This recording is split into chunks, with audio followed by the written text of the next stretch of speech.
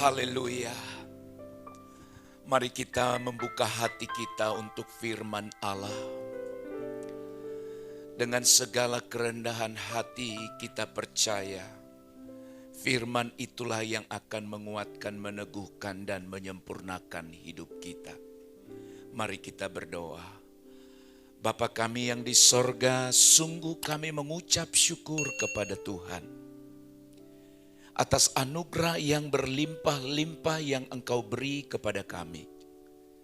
Kami ada sebagaimana kami ada hari ini karena kemurahan Allah. Kami sudah memuji Engkau dan menyembah nama-Mu. Saat ini Tuhan, kami rindu Engkau mengajar kami kembali. Lewat kebenaran firman yang akan hamba-Mu sampaikan. Urapilah hamba-Mu untuk dapat menyampaikan isi hati-Mu. Biarlah pengurapan dari sorga nyata bagi kami sekalian. Kami siapkan hati kami dan kami sambut firman-Mu dengan penuh ucapan syukur dalam nama Tuhan Yesus Kristus. Haleluya. Amin. Amin. Silakan duduk Bapak Ibu. Puji Tuhan, salam sejahtera bagi kita sekalian Bapak Ibu yang terkasih di dalam Kristus. Tidak terasa kita sudah berada di minggu keempat di bulan ini. Dan saudaraku yang terkasih di dalam Tuhan, marilah kita terus merendahkan hati, belajar firman Allah yang menuntun kita sepanjang bulan ini, bergumul bersama-sama bagaimana saya dan saudara hidup dalam karakter seorang murid Kristus. Saudara-saudara, hari ini kita akan bersama-sama belajar firman Tuhan dengan judul Hidup Rukun dan Damai. Salah satu ciri orang-orang percaya kepada Kristus atau murid Kristus adalah hidup rukun dan damai. Saudara-saudara, apa yang dimaksud dengan rukun? Rukun itu sebenarnya memiliki pengertian tidak pernah bertengkar. Rukun itu juga berarti bersatu. Juga memiliki arti baik dan damai. Itu artinya rukun. Juga saudara-saudara, rukun itu memiliki pengertian sikap yang melambangkan hidup yang saling membantu. Hidup dalam toleransi. Dan menghargai apa yang disebut dengan perbedaan yang ada di tengah-tengah kita. Ketika saudara mampu dan saya mampu menghargai adanya perbedaan, maka sesungguhnya kita sedang mencerminkan pola hidup rukun. Sikap yang rukun pada setiap orang itu tentu akan melahirkan kehidupan yang damai dan terhindar dari berbagai persoalan atau konflik sosial. Setiap kita mendambakan hidup rukun, keluarga yang rukun, suami, istri, dan anak-anak hidup dalam kerukunan. Kehidupan bertetangga atau kehidupan bersosial kita berharap dengan tetangga-tetangga kita hidup dalam kerukunan. Dan sebagai anggota gereja, anggota jemaat kita pun hidup dalam kerukunan. Saudara-saudara, itu akan mencerminkan dan dari sana orang tahu bahwa saudara dan saya adalah murid Kristus. Apa kata Alkitab mengenai hidup rukun, Bapak Ibu yang dikasihi Tuhan? Saya akan mengajak saudara atau menunjukkan kepada saudara beberapa referensi firman Allah yang berbicara mengenai hidup rukun. Yang pertama kita akan baca dari Roma pasal yang ke-15, ayat 5 sampai ayatnya yang ke-7, demikian firman Tuhan. Roma pasal 15 ayat 5 sampai 7. Semoga Allah yang adalah sumber kekuatan dan penghiburan mengaruniakan kerukunan kepada kamu sesuai dengan kehendak Kristus Yesus, sehingga dengan satu hati dan satu suara kamu memuliakan Allah dan Bapa Tuhan kita Yesus Kristus. Sebab itu, terimalah satu akan yang lain. Sama seperti Kristus juga telah menerima kita untuk kemuliaan Allah. Juga kita akan membaca apa yang disaksikan oleh Alkitab dalam Mazmur pasal 133 ayat 1. Mazmur 133 ayat 1 berkata demikian, nyanyian ziarah Daud. Sungguh alangkah baiknya dan indahnya apabila saudara-saudara diam bersama-sama dengan rukun. Sungguh alangkah baiknya dan indahnya apabila saudara-saudara diam bersama dengan rukun.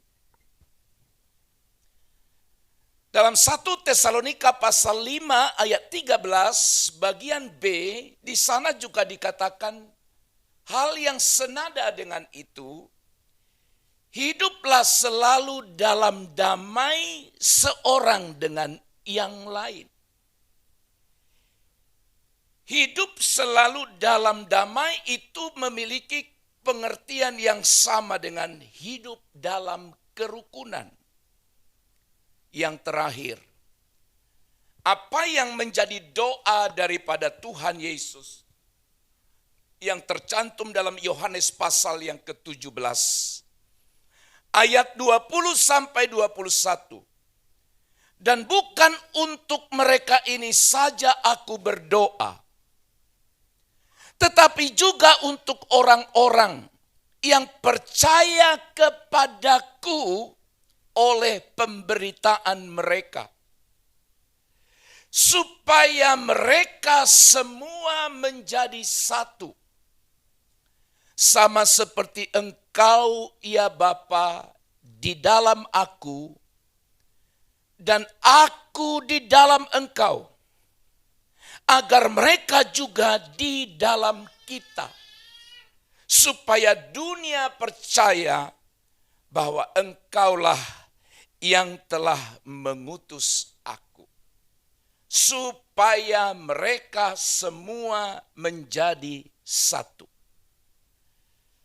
Saudaraku yang dikasihi oleh Tuhan, dari 4 referensi ini, kita dapat menyimpulkan sementara bahwa Allah menghendaki kita hidup dalam kerukunan dan hidup dalam damai. Itu sebabnya saudara-saudara melalui ayat-ayat ini kita akan renungkan bersama-sama ada 4 kebenaran yang hendak saya sampaikan kepada kita pada pagi hari ini.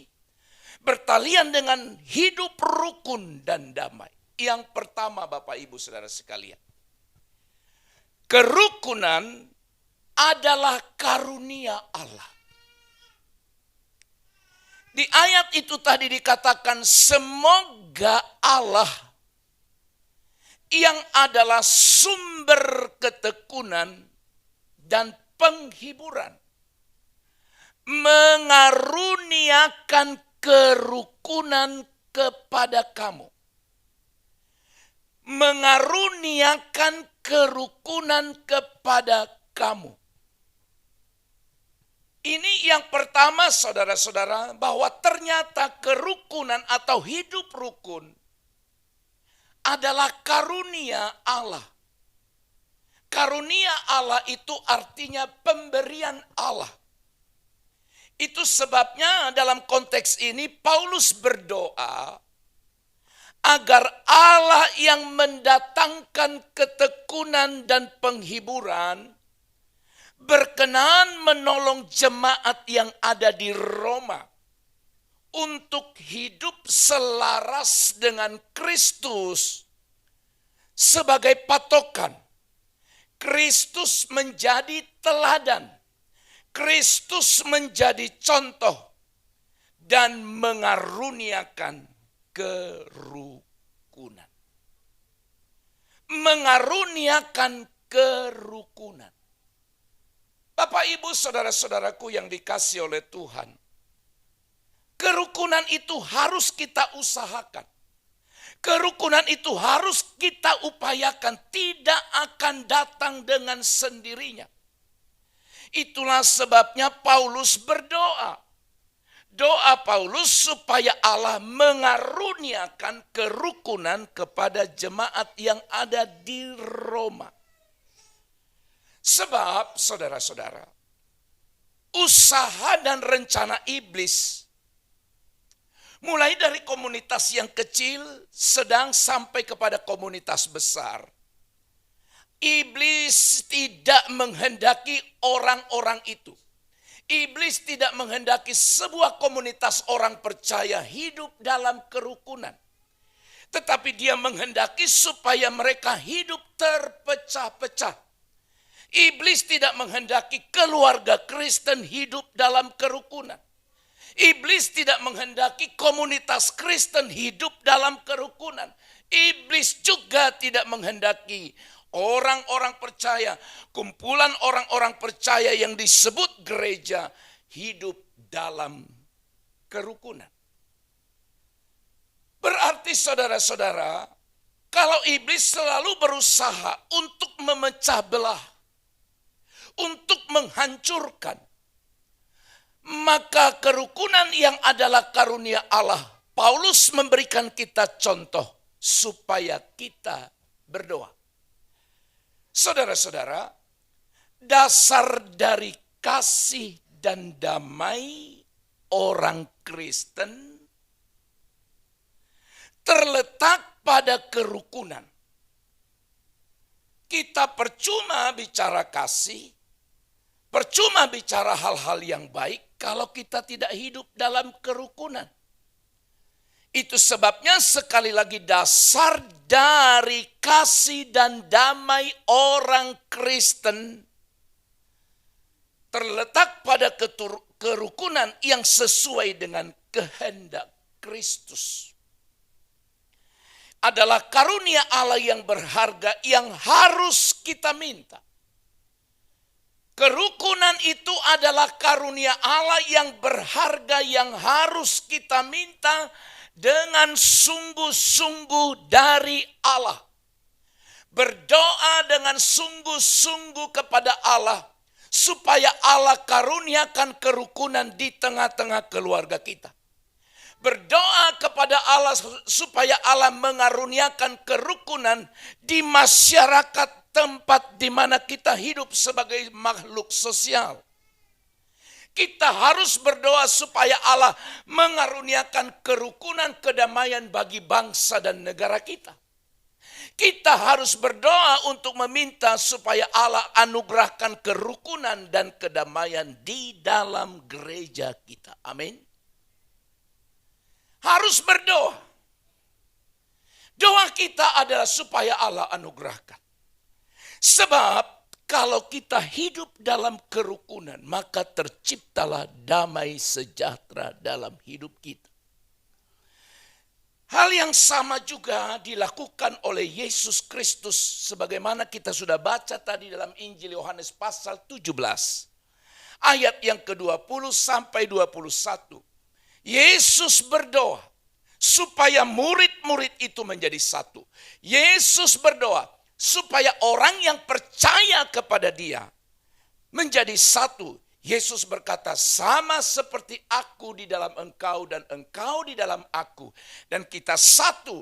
Yesus berharap orang-orang percaya, saudara dan saya hidup dalam kerukunan. Oleh sebab itu Bapak Ibu yang terkasih, berdoa untuk kerukunan keluarga kita. Berdoa untuk kerukunan tetangga kita, komunitas kita. Berdoa untuk kerukunan di gereja kita. Dan jangan lupa juga berdoa untuk kerukunan di bangsa dan negara kita. Yang kedua, Allah menghendaki umatnya hidup rukun. Kalau iblis berusaha memecah belah, tetapi kehendak Allah bagi kita adalah supaya kita hidup rukun. Allah menghendaki suami dan istri rukun. Allah menghendaki orang tua dan anak-anak hidup rukun. Allah menghendaki kita hidup rukun dengan tetangga, dengan sesama orang di mana kita tinggal. Dan jangan lupa, Allah juga menghendaki supaya kita sebagai kumpulan orang-orang percaya, sebagai tubuh Kristus yang adalah gereja, kehendak Allah bagi kita adalah supaya kita hidup dalam kerukunan. Itu sebabnya saudara-saudara kita harus hidup damai satu sama lain. Berbuat semampu kita untuk mencegah timbulnya perbedaan-perbedaan apa saja. Dan menggunakan segala sarana yang pantas untuk menjaga, memelihara perdamaian dan kerukunan. Janganlah karena perbedaan maka pecah kerukunan kita atau rusak kerukunan kita. Janganlah karena berbeda konsep pernyataan kita maka kita hidup dalam permusuhan. Tidak boleh. Masa karena suami berbeda pendapat dengan istri harus ribut? Masa karena suami dan istri berbeda pendapat dengan anak-anak harus ribut? Masa karena perbedaan pendapat di antara kita di gereja ini kita harus jadi ribut? Itu tidak beda dengan kumpulan orang-orang yang tidak mengenal Allah. Berarti kita harus sama-sama bisa menerima seperti definisi pengertian daripada kerukunan tadi. Bisa menerima kelebihan, bisa menerima kekurangan satu dengan yang lain. Kenapa saudara? Ternyata sampai hari ini belum ditemukan dimanapun terjadi, dimanapun bahwa selalu yang ditemukan adalah persamaan antara seseorang dengan orang lain dalam sebuah komunitas. Tidak ada. Tetapi yang ada adalah perbedaan. Si anak kembar yang lahir dari rahim yang sama, yang lahir pada waktu yang sama, atau mungkin dia lahir juga dengan jenis kelamin yang sama, sebab si kembar juga bisa lahir kelamin yang sama. Tapi mereka pun pasti berbeda. Oleh sebab itu saudara-saudara, Allah menciptakan perbedaan. Sekali lagi Allah menciptakan perbedaan, tetapi perbedaan tidak boleh merusak hubungan kita. Perbedaan tidak boleh menghancurkan kerukunan kita. Berbeda itu sesuatu yang normal. Berbeda itu membuat segala sesuatunya jadi indah. Saya kasih contoh ya. Kenapa saudara bilang dia cantik? Dan kenapa saudara bilang dia ganteng? Jawabannya apa? Kenapa kita bilang dia kok cantik ya? Lalu kita bilang dia ganteng ya. Kenapa? Jawabannya adalah karena ada bermacam-macam wanita, ada bermacam-macam pria. Coba bayangkan, wajah wanita di dunia ini sama semua. Dan itu apakah kita akan berkata dia cantik? Saya yakin tidak. Mengerti ya Bapak Ibu ya? Kalau semua di gereja ini pria wajahnya sama. Kita cari wajah pria yang terganteng di gereja ini. Siapapun dia. Maka si pria yang kita sebut ganteng itu menjadi tidak ganteng. Oleh karena wajah semua kaum pria di gereja ini sama. Wajah wanita semua sama. Tidak akan pernah kita bilang cantik. Kenapa dia cantik? Kenapa dia ganteng? Karena ada tandingannya. Ada yang beda dengan dia. Ada yang tidak sama dengan dia. Jadi Allah menciptakan perbedaan. Tapi lewat perbedaan itu saudara-saudara, tidak boleh menciptakan di antara kita permusuhan. Tidak boleh menciptakan di antara kita hal-hal yang buruk yang merusak hubungan itu. Tapi Allah menghendaki umatnya saudara dan saya supaya hidup rukun. Oleh sebab itu saudara-saudara, gunakan segala sarana yang pantas untuk menjaga. Sebab saya mau katakan sekali lagi, iblis itu datang untuk membunuh, menghancurkan dan membinasaan, memporak-pondakan semua. Menghancurkan, membuat kacau balau. Tidak ada keteraturan. Nah, oleh sebab itu, apapun yang berpotensi membuat kita hidup tidak rukun, saya ulang. Apapun potensi yang membuat kita tidak rukun, maka bersama-samalah kita untuk mengikis. Bersama-samalah kita untuk menghilangkan setiap hal yang membawa kita kepada perpecahan, yang membawa kita kepada pertikaian. Tapi upayakanlah segala cara yang membawa kita untuk hidup dalam kerukunan dan kedamaian. Yang ketiga, kerukunan harus bertujuan untuk memuliakan Allah. Dalam Roma pasal 15 ayat yang ke-6, tadi di sana dikatakan sehingga, ini sambungan ayat 5. Sehingga dengan satu hati dan satu suara kamu memuliakan Allah dan Bapa kita, Yesus Kristus. Berarti kerukunan harus bertujuan memuliakan Allah. Orang bisa bersatu. Ada orang yang sepakat untuk melakukan kejahatan. Sekali lagi, ada orang yang bersatu sepakat untuk melakukan kejahatan. Ada. Kenapa kita tidak menciptakan kerukunan untuk memuliakan Allah? Kita kumpul sama-sama di rumah ibadah seperti ini. Dengan satu tujuan kita supaya Allah dipermuliakan.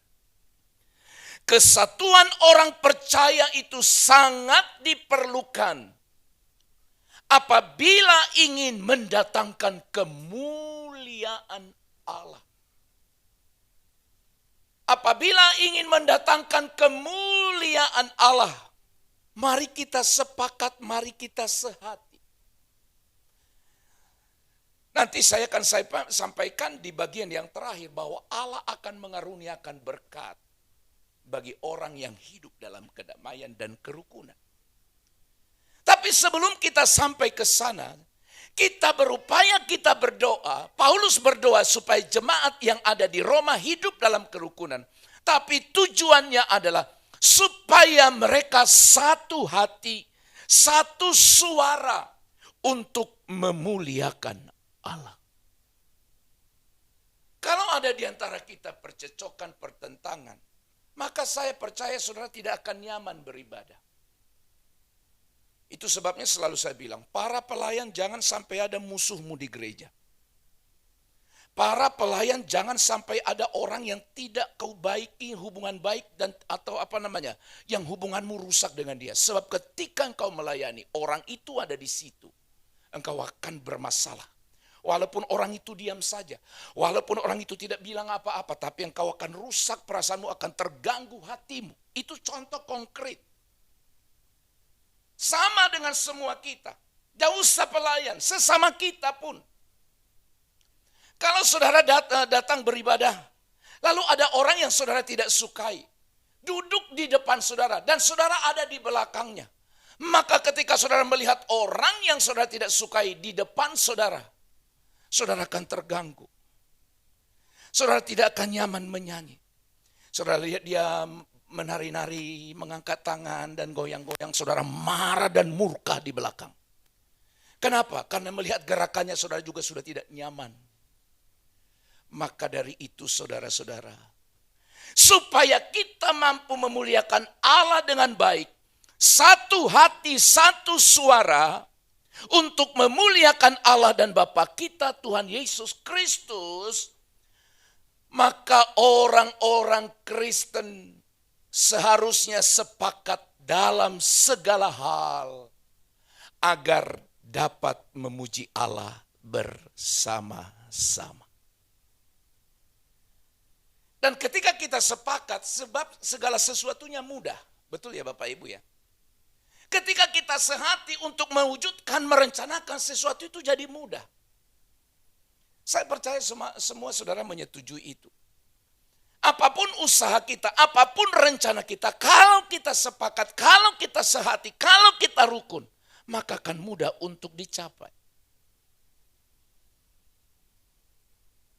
Amin. Dan itu bentuk kita, cara kita untuk memuliakan Allah.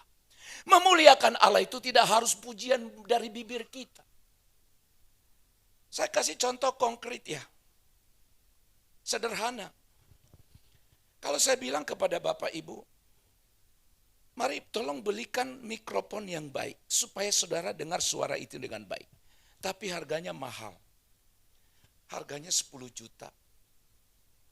Lalu kalau satu orang mengatakan ini mungkin berat. Tapi ketika kita semua sepakat, oke enggak apa-apa. Kita semua patungan untuk membeli mikrofon harga 10 juta. Dan itu tercapai. Lalu apa yang terjadi saudara? Ketika sebuah mikrofon dengan mikrofon berkualitas bagus, maka suara orang yang berbicara akan enak saudara dengar di telinga saudara.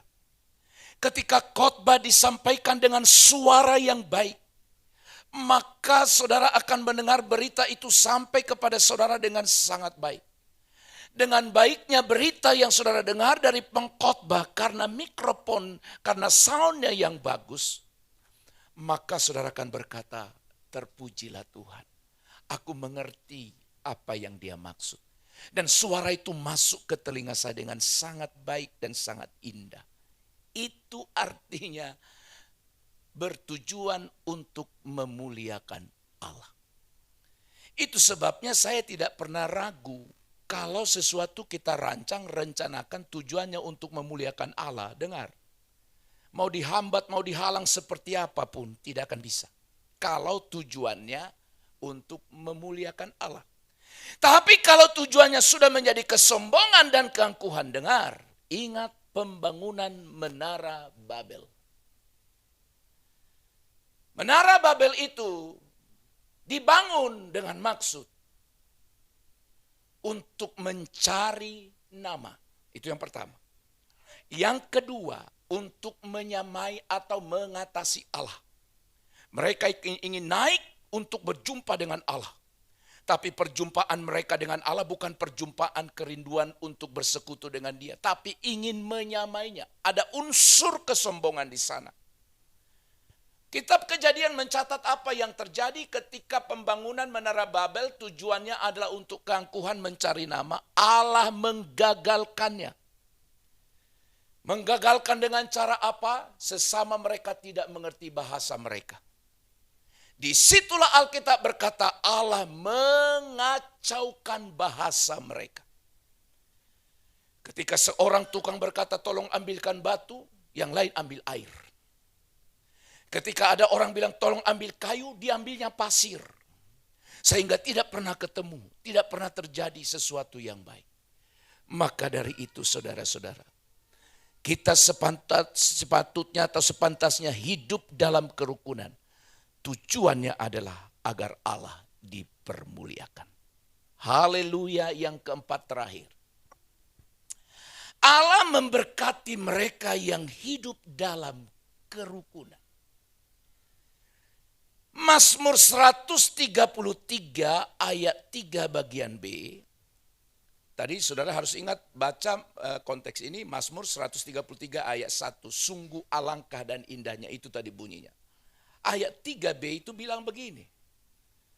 Sebab kesanalah Tuhan memerintahkan berkat kehidupan untuk selama-lamanya. Sebab ke sana, kemana? Ke kumpulan, ke komunitas yang hidup dalam kerukunan itu. Supaya saudara memahami ayat ini dengan baik, maka baca sekali lagi ayat yang pertama itu. Ayat yang pertama dari Mazmur 133 ayat 1. Sungguh alangkah baiknya dan indahnya apabila saudara bersama-sama hidup dengan rukun. Lalu dibuat di situ ilustrasinya untuk menggambarkan betapa bermaknanya hidup dalam kerukunan. Maka ayat 3 bagian B itu bilang, sebab kesana itu adalah ke komunitas, ke kumpulan, kepada orang yang hidup dalam kerukunan itu. Alkitab berkata Tuhan memerintahkan berkat. Wah, ini luar biasa. Ayat ini setiap kali saya baca ayat ini saya tergugah, saya kembali bergairah, kembali bersemangat untuk sesuatu yang direncanakan. Tuhan memerintahkan berkat.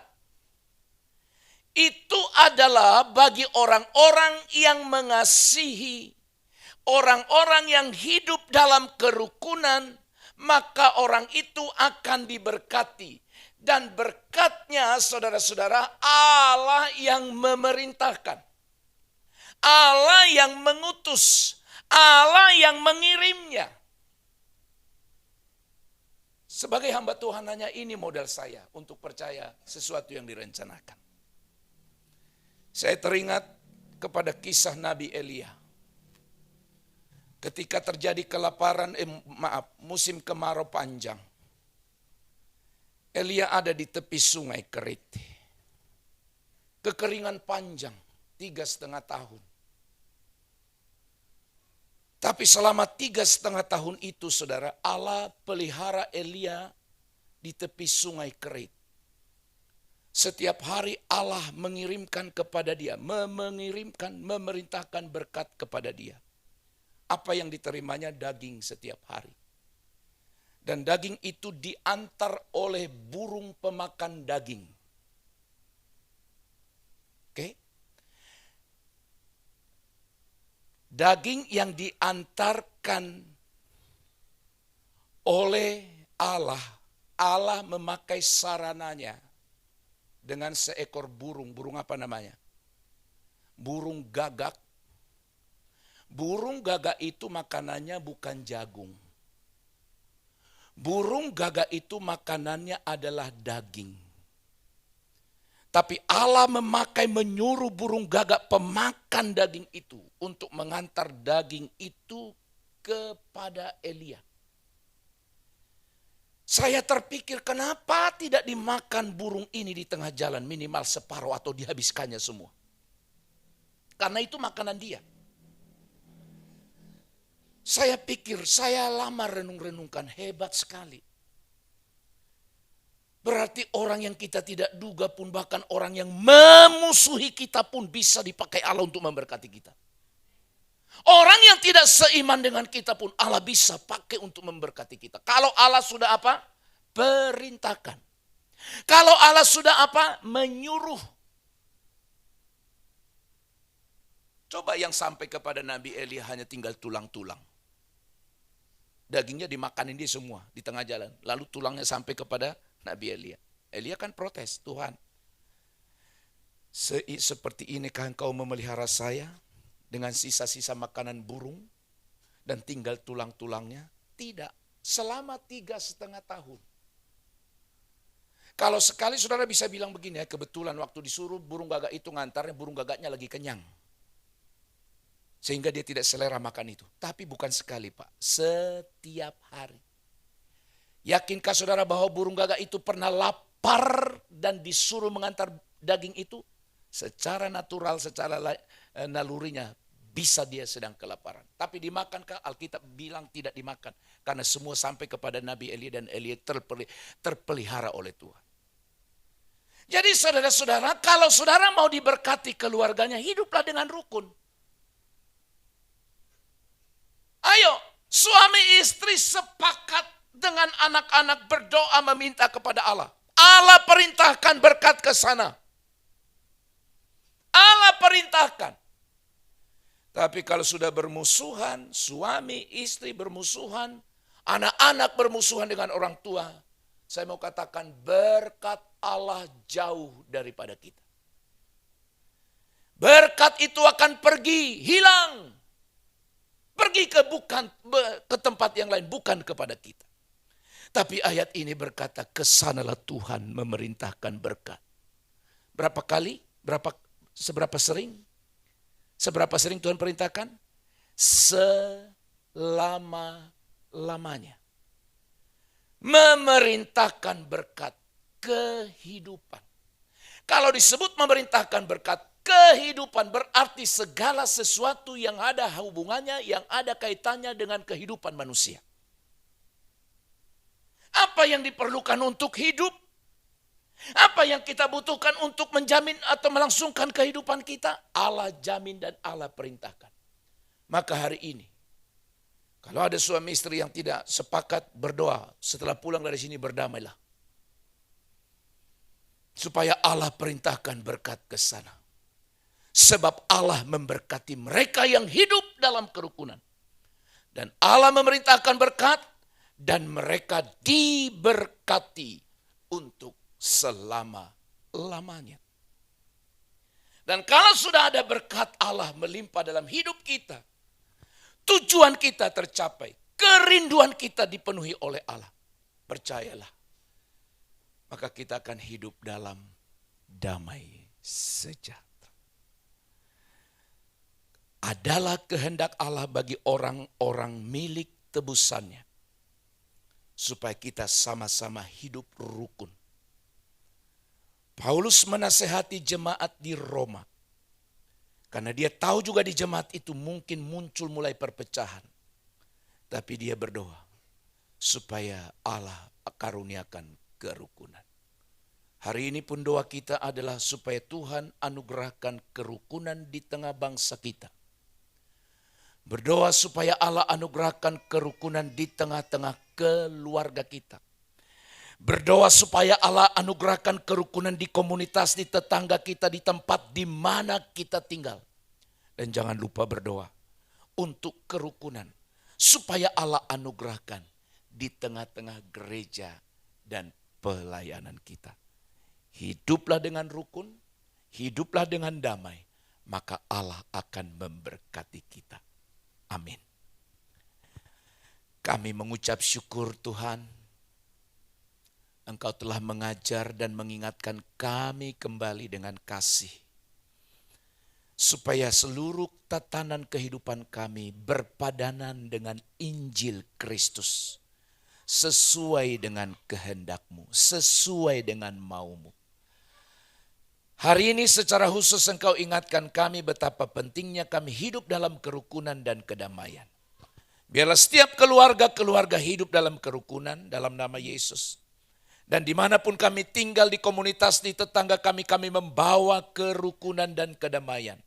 Dan kami juga berdoa kiranya kerukunan dan kedamaian Engkau anugerahkan kepada gereja-Mu di tempat ini. Kami juga berdoa Tuhan supaya Allah berkenan menganugerahkan kerukunan bagi bangsa dan negara kami. Sehingga dengan demikian ketika kami hidup dalam kerukunan, Allah akan memerintahkan berkat kehidupan untuk selama-lamanya. Kami mengucap syukur untuk firman ini. Kiranya Roh Kudus menolong kami menghidupinya. Dalam nama Yesus kami berdoa. Haleluya. Amin. Tuhan memberkati kita.